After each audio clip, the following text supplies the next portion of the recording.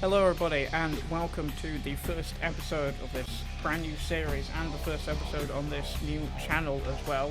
Today we're going to be playing Vampire the Masquerade Bloodlines, one of the cult classic really, in not only immersive sims but pretty much vampire games as well. We're also using the unofficial community patch. I think it's 11.4 is the most recent one at the point of this recording. And that adds, basically, if you don't know, it adds old cut content, new NPCs, new dialogue, cut dialogue, quests, sounds, music, bug fixes, new mechanics, or this version of it adds new mechanics. So yeah, basically just a ton of quality of life improvements.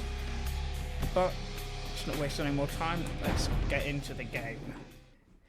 So this is pretty much like a cult classic in RPG games, as I said before. Plays vampire, obviously, and then as we get in, we'll see to this screen here. So, series of questions, or we can go directly to the character sheet, which is what we're going to do. And so you've got a ton of different clans here. So you've got Bruja, Gangrel, Malkavian, Nosferatu, Toreador, Tremere, I think is how you say it, and then the Ventru. And then, just click that. Got male and female, and then this is something that is added in by the community patch, I'm pretty sure, or at least, like, if not added in, it adds a ton more of them in, so it adds, like, all of these different things, which you can see down here in the history, and they'll give, like, for example, Pagan, swap the priority order of your attributes to mental, physical, and social, which you don't know what that means. It's basically like your stat sheet and what you put points into and which one you get more, which one you get less, and so on and so forth. That's in this page here. So you've got physical, social, mental. But first, we need to pick what clan we actually want to play.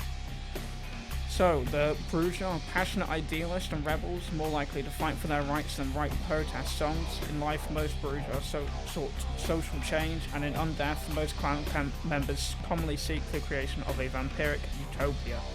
As militant radicals, they are renowned for their combat skills, but are also more likely to frenzy due to their hot-bloodedness, so to speak. They receive a +1 to their unarmed feat, but are penalised with a -2 to all frenzy checks due to their zealous natures.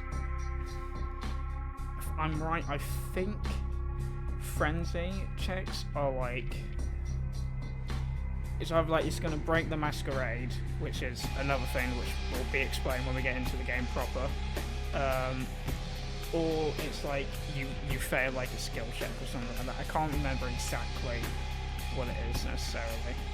I should also say, before going into this any further, I've played the game before, but only like halfway through. If you played it before, I've gone to like the downtown section, which is the second main like area, but I've never gone past that, which obviously aiming to do with this series now. And now the community patch has got a lot better since last time I played it, so there'll be a ton of new stuff. I don't think I actually played it with the community patch last time, so I'm basically going in blind at this point, to be honest. But anyway, so the Gangrel are wild loners that are the most in tune with their beast within. That's like, if you succumb to the beast within, you'll go like full vampire monster, like werewolf type thing, allowing them to shapeshift into more beastly forms. Nomadic in nature, Gangrel care little about vampire politics and prefer to dwell and hunt in the outskirts of society. Because of their animalistic nature, they receive a +5 to strength, stamina, and wits during frenzy. However, because of their inherent feral nature, Gangrel receive a -1 on all frenzy checks.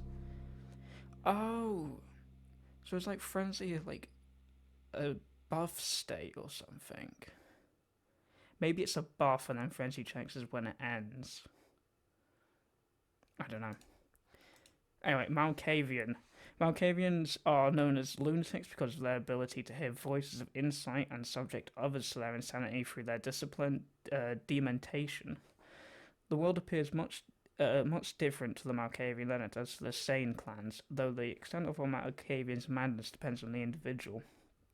A blessing and a curse. A Malkavian's insanity will help or hinder them, depending on how much they struggle against their nature. Malkavians have a +2 bonus to inspection. So, I will say now, we're probably not going to play Malkavian or Nosferatu, just because it's essentially you're playing like a completely different game. With the Malkavian, all dialogue options that you have are different. Because basically you're like, as it says there, you're basically insane. And hearing voices and all of this, you see visions, all of that stuff. So we're not going to be playing that, because that's more of like a second playthrough, then see what changes type thing. And then the other one is the Nosferatu. That also we're not going to be playing, because they're more like a, I won't say like hardcore version of the game, because pretty much you have to maneuver the whole game by going through sewers and stuff like that. You can't really be seen by other people. I can't remember if being seen breaks the Masquerade or not. But anyway, it's generally just like, this one more than any of the others is like, definitely don't do this on your first playthrough. So I'm not going to go through them. If you want to know more about it, you can pause it now, read through them there. But brief description, they're basically like hideous monsters, essentially. So Toreador picture themselves as artistes and visionaries, and they value the high society mentality that the Camarilla reinforces. Camarilla is like the government of the vampires, essentially. Of all clans, the Toreador are the most connected to the mortal world through arts and entertainment. Toreador are beautiful creatures, svelte. I'm gonna go with svelte. Svelte and seductive, and move almost effortlessly through the society of the living. The Toreador's empathy is both a gift and a burden. All humanity shifts are doubled. So humanity shift is this thing here. If you lose all your humanity given to the beast within, game's over. So you want to keep that as high as you can. So that's quite a useful thing there. So Tremere. Blood sorcerers born from mystic rituals and diablerie, the Tremere are the least trusted of the Camarilla clans. The ritual the Tremere used to transform from living mages into undying monsters stripped them of their magic arts. To compensate, the vampires of Clan Tremere developed thaumaturgy, the powerful discipline of blood magic. The clan guards its secrets jealously, and are the only kindred to wield this powerful discipline. The pursuit of arcane knowledge comes before all else, and the reliance upon it has weakened the bloodline. Tremere can raise no physical attribute above 4 points. So just go, you can see that. These are the physical attributes, so strength. Sorry, I've just eaten, so I'm burping a bit.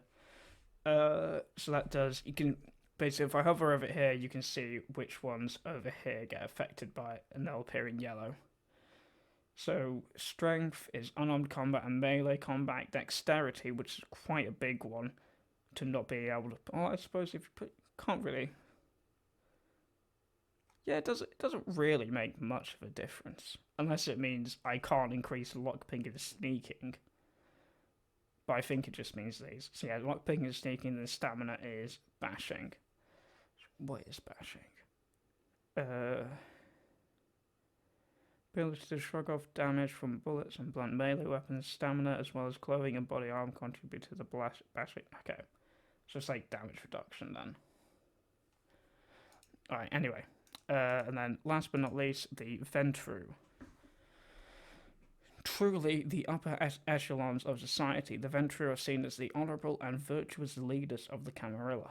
They wholeheartedly support the Masquerade. I suppose I should explain this now. The Masquerade is basically like a sort of code of conduct, kind of, among the vampire clans. Is pretty much to keep this, like, charade going that the vampires don't exist, essentially.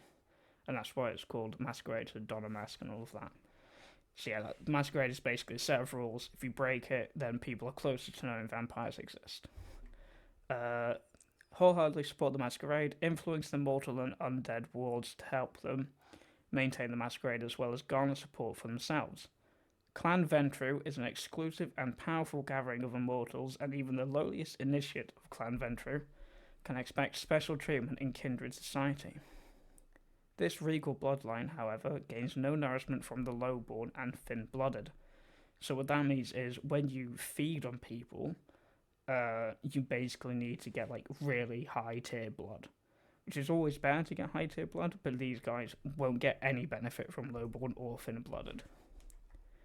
And thin-blooded is another thing, are basically like kind of like pseudo vampires, but not really. They've got like a very small amount of the blood, vampire blood in their body, so they're technically kindred, but like they can walk in the sun. Yeah, but they're essentially like human vampires, more human than a vampire, and they're like hated by most vampire races.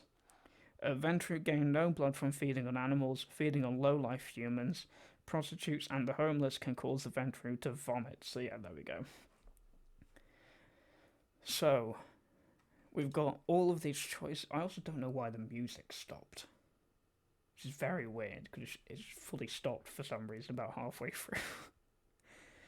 But anyway, I feel like, which ones were the mages? Was it you? Was you? So these guys get a unique discipline, which sounds very fun. And I've never played a Tremere. Usually I play like Toreador, I think. So playing a Tremere might be fun.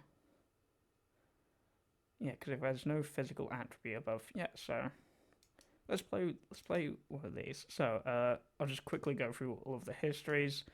You always find your own gender much more attractive than the other sex. Although many people still have issues dealing with this, maybe vampiric society is different. Okay. You are the old-fashioned type and don't care about all this new technology. Thus, it costs you more to raise your computer knowledge, but you start with a bonus in scholarship. What does scholarship do? Scholarship / research and persuasion. Character ability to read books and learn new abilities. Oh, so basically, whenever you get a book, you need like X research to be able to actually read it, and then get like lockpicking or sneaking, so on and so forth. Persuasion used in conversations. So that one's quite good. Country Club Lothario. We're living in the age of sucker mums, and don't you know it yet? Hubby you might be pulling down 7 figures, but you got an empty day planner and a grin that drops panties like putts on a par 3. Swap the priority order of the attributes to social, physical, and mental. So let's just see which one. So right now we've got 2 mental, then 1 physical, then no social. And if we did that, we would get because we want. Do we want that actually? Probably, because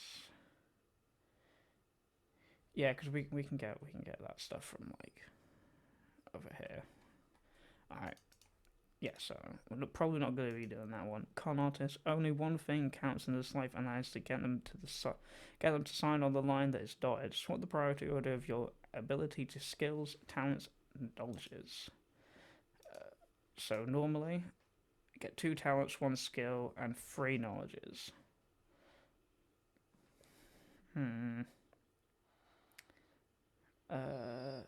Security's good. We don't talents sort of and if we did con artist, then it would be 2, 3, and 1.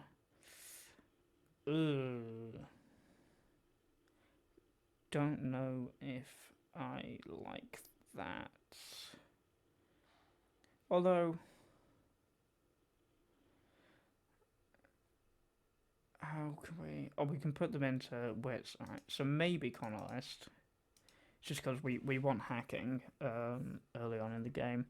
Between the small towns that dot the Midwest, there's a lot of open space, a lot of long shadows, and a lot of room to disappear. You know you've done it, and you may have helped some other people do it too. You start the game with 1 point in melee, but it will cost you more experience by humanity points, and you are more likely to frenzy. Well, that's out the window because we're not doing melee because it falls like a fucking nosedive. Melee, if don't know, melee, like, I want to say halfway through the game, 3/4 through the game, it just plummets into like how good it is. So really, if you don't do ranged, you're gonna be in for like a bad time. Eerie presence. Most vampires have no problem fitting into modern society. You don't know what it is, but you just can't pull it off. You're doing everything doing everything they're doing, but something about you seems to make humans uneasy. Sometimes, sometimes it seems like they can just sense you. You are a perfectly affable, intellectual human. So what gives? It costs less experience to raise your mental attributes, but it costs you more experience to raise your social ability, attributes and your stealth ability. That one's quite fun. Used to be quite clumsy, but the embrace gave you a naturally reserved physical power. Nah, don't want that. You have a natural gift of the dark arts of thaumaturgy. You can use it to great effects in which career. Thaumaturgy is your all-consuming passion. Which could have nearly every pursuit. Yourself 1 extra point in thaumaturgy. However, you suffer a 1-point penalty to any experience award of 3 or more. What? How good is this? So,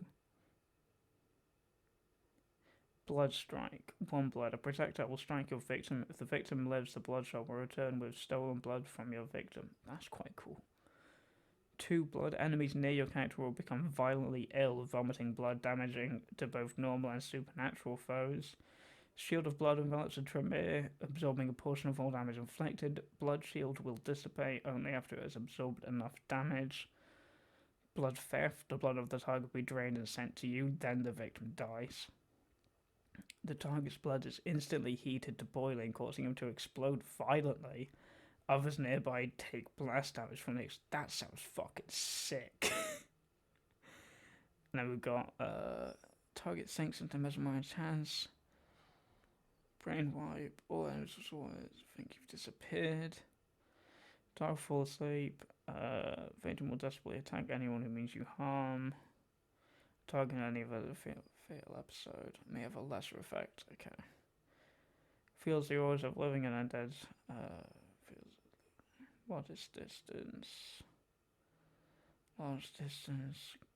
Okay, so that's basically just like you get an outline. So Eldritch Prodigy also sounds really fun. Your forebears paid an awful price in their quest for power. The deal still holds, and you'll continue to pay for all eternity. Advancements in Thaumaturgy cost you less experience, but Auspect has half the duration, and you may never raise Dominate above 3. Tiger will fall asleep. That's not that bad. Affinity for magic. You always liked magical illusions and even performed some tricks yourself as a kid. Now you're amazed that magic is actually real. You can advance easier in Thaumaturgy. On the other hand, you gain less experience for everything else. Okay. Generalismo. Discipline and order. Tactics and warfare. These are the reason why you joined the army. Not only did you fit in perfectly, you excelled in the military. Swap the absolutes. Okay, we don't want that. So, seems like eerie presence, Eldritch Prodigy.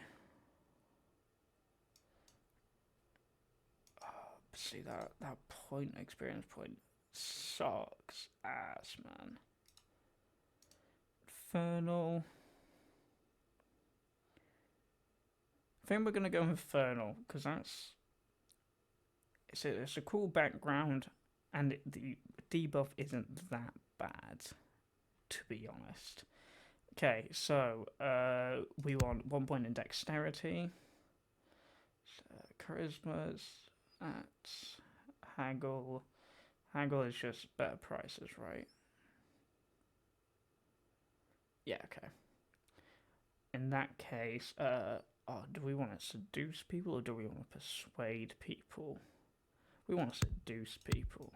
Oh, we can't. Oh, never mind. I'm reading the wrong fucking thing. Okay. Mental ranged combat. That's very useful. Research, intimidate. Okay. I think we've only got 1 point in here. See, now security Lockpicking and hacking, I think, can be increased with blood buff, which is basically getting like a massive buff to your stats. I think it's like +6 or +7. So I can't remember if it does sneak as well. Oh well, we won't need sneak. So let's do firearms there. Then let's do perception there. So now we've got range combat of 3. And then, do we want perception 3 or do we want wits?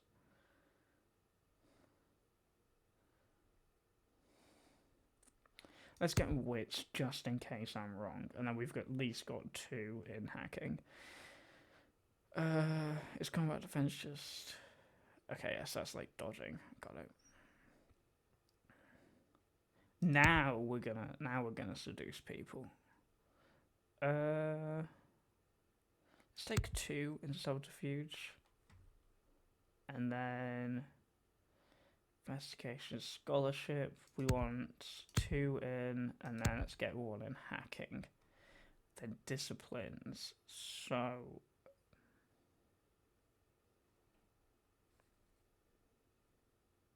I feel like we want to get that just because formativity sounds cool.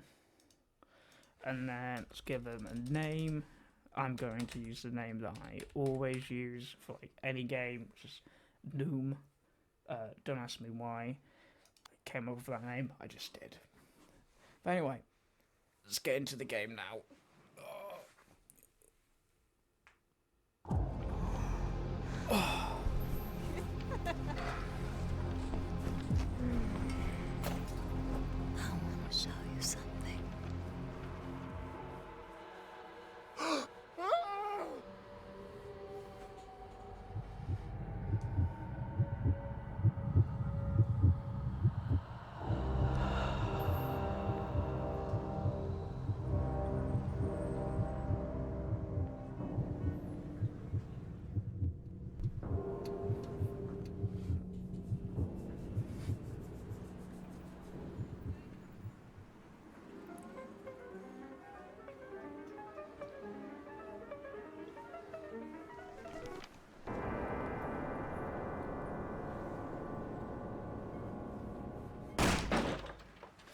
Oh shit.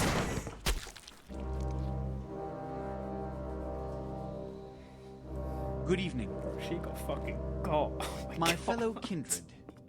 My apologies for disrupting any business or interfering with prior engagements you may have had this evening. It's unfortunate that the affair that gathers us together tonight is a troubling one. We are here because the laws that bind our society, the laws that are the fabric of our existence, have been broken. No.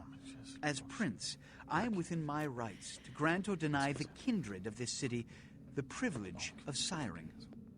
Many of you have come to me seeking permission, and I have endorsed some of these requests. However, the accused that sits before you tonight was not refused permission. Indeed, my permission was never sought at all. They were caught shortly after the embrace of this child.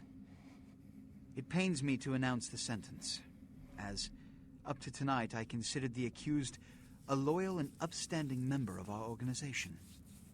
But as some of you may know, the penalty for this transgression is death. Know that I am no more adjudicator than I am a servant to the law that governs us all. Let tonight's proceedings serve as a reminder to our community that we must adhere to the code that binds our society, lest we endanger all of our blood. Forgive me. Let the penalty commence.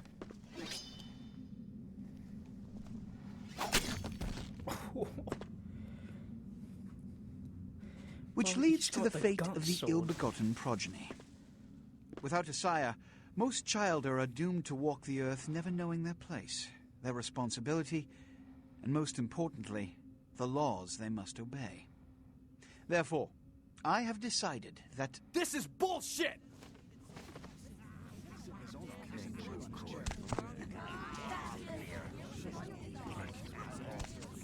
All I'm saying is that he better not do it. If Mr. Rodriguez would let me finish. I have decided to let this kindred live.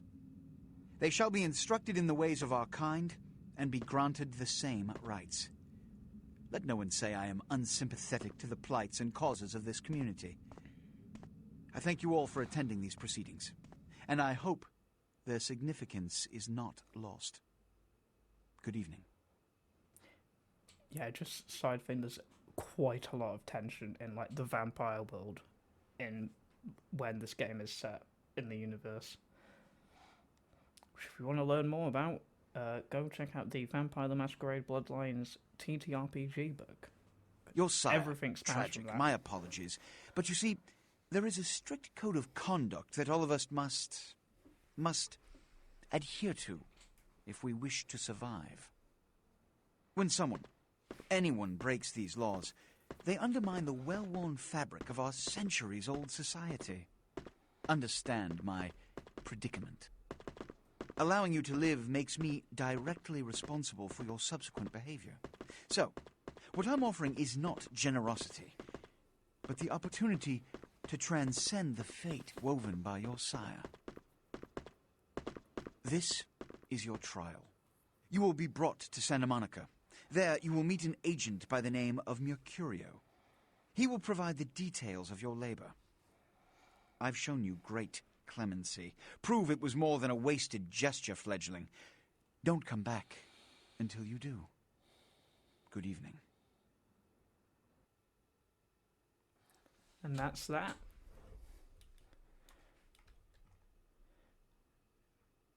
Quite an exciting beginning to a game. And that is also where we're going to end that episode for now. We've done character creation, gone into the introduction, and our next episode will be the tutorial. Sorry, it's been like really wordy, a lot of explaining, a lot of going through everything, thinking about stuff, but it's an RPG game that stems from a TTRPG, so you're pretty much guaranteed to have it. But anyway, thank you very much for watching, and I'll see you in the next episode.